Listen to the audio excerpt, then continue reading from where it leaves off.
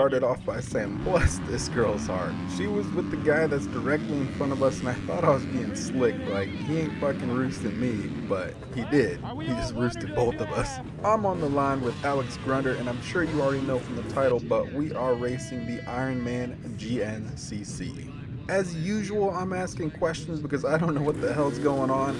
Luckily, Alex next to me did, so I just took off when he took off, and he got a pretty good jump. Matter of fact, he got the whole shot, and while I was watching him get the whole shot,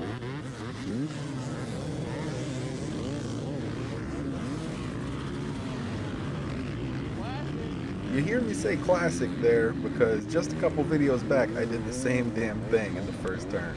The conditions definitely didn't help, but let's go ahead and talk about that. So our whole trip to the race, rain. Saturday when the quads were racing, rain. Saturday night when we were sleeping, rain. But not just rain, it was rain and cold. So the conditions, as you can imagine, not great. And you'll see the extent of that as this video goes on. It only took me about a minute into this race to realize that I effed up. The very second we enter the woods, it turns into an absolute madhouse. It's like 100 pigs in a tiny pen fighting over one bucket of slop. Instead of pigs though, it's a bunch of C-class dudes fighting for traction in that slop. Check it out.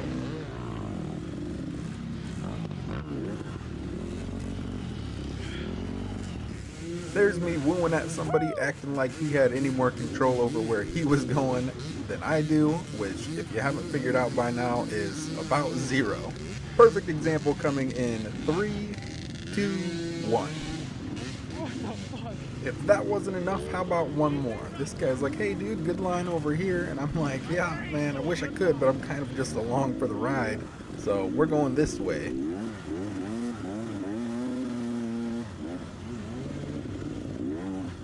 About 3 minutes in, we are apparently already burnt out and now entering the motocross track, which, by the way, I had no idea the significance of.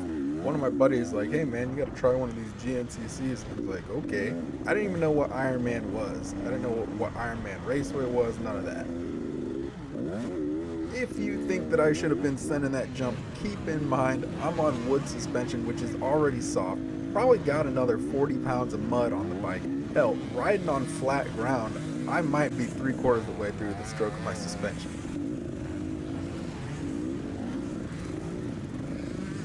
Now we're coming into what I think are supposed to be rollers. Just look at how nasty and deep of a swamp these things are. So much so that some dude just straight up abandons his bike and is like, I'm out. I've got a sneaking suspicion that he got a little mud in his mouth. Maybe his goggles were covered too. The fuck is that? Shit! I'm dying in this fucking country ass fucked up town. Shit flying in my mouth. The fuck, I can't Honestly, see. that dude was my vibe this whole race. It was just brutal. Holy fuck. Then we get into this nice little creek section, which I'm not sure if this is a full-time creek or just when there's a monsoon. As we come out of this section, someone wants to display his rooster on the GoPro lens, so we're gonna have to skip forward until after we get that wiped off. We skipped forward into, you guessed it, more mud. And not only that, this time the mud comes along with a traffic jam. I was pretty much slot car racing, letting these ruts guide me. I kind of needed them. Without the rut, it was pretty much like blowing up a balloon and letting it go without tying it. I just had no idea where the bike was going to take me. Downside to that being, if there was somebody stuck in that rut or if you needed to change your line, not really happening.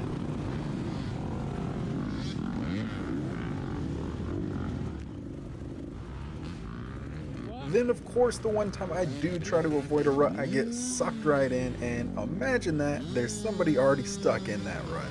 I think that's just one of those classic cases of target fixation. Seems to be a little bit of a bottleneck here. We wipe off the GoPro, then right back into the pigs in a pen free-for-all mode.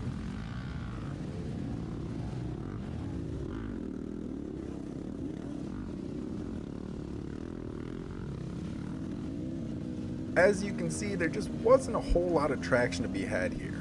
at least for me anyways. And then coming out of this section, I get myself stuck in somebody else's nice pre-dug hole.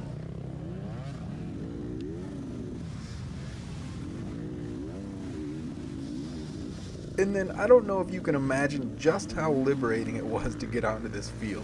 The bike probably didn't mind it either. I'd be willing to bet that it had boiled over at least twice by this point.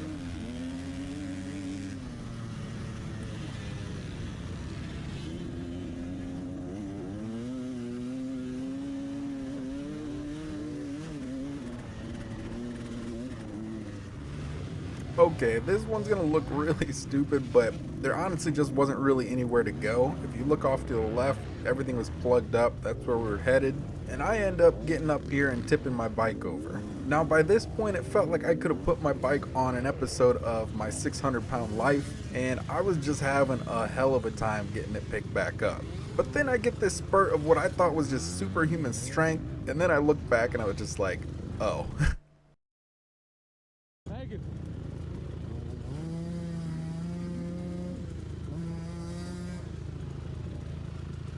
Now we jump into what I would probably call the best section of the day, just less wet than everything else.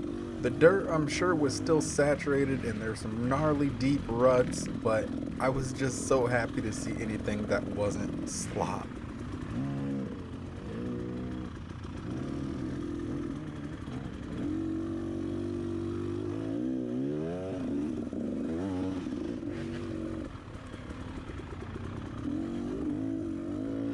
Well, they do say all good things come to an end, and whoever they are, they right. Just look at this big old slop hole, and I'm not talking about your ex, I'm talking about the one on your screen. And that was right before this long ass hill climb where there's just carnage littered all over the damn thing. Now I'm just chugging along, but when I get to the top, I am literally so stoked just not to be one of those guys that had to push their bike or struggle up that hill, because that's definitely something that I would do. And now that we got up that hill successfully, we're gonna have ourselves a couple little mishaps anyways. Oh no.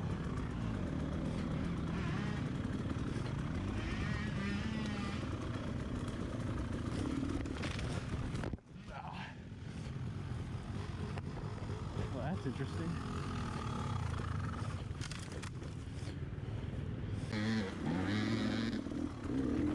Oh.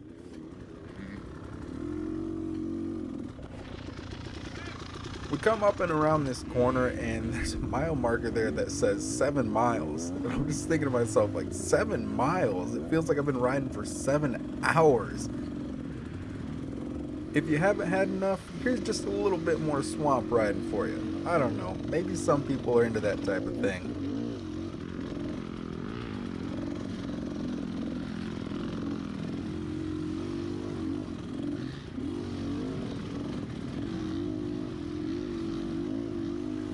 Okay, this thing is dry and I don't know how, but luckily, because if it wasn't, I would not be here making this video today. I would have died out there.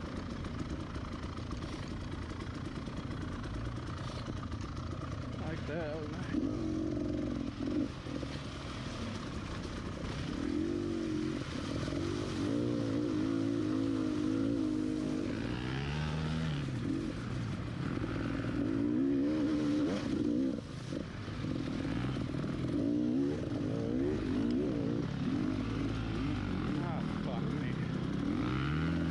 One thing I did learn while I was here is when you get into some of these fan sections, not everybody is on your side. You got people pointing out some of like the gnarliest lines because they just want to see some carnage. So think for yourself if you're going to go to a GNCC. However, there are actually people out there that are working the event and trying to be helpful, as you'll see here in just a little bit.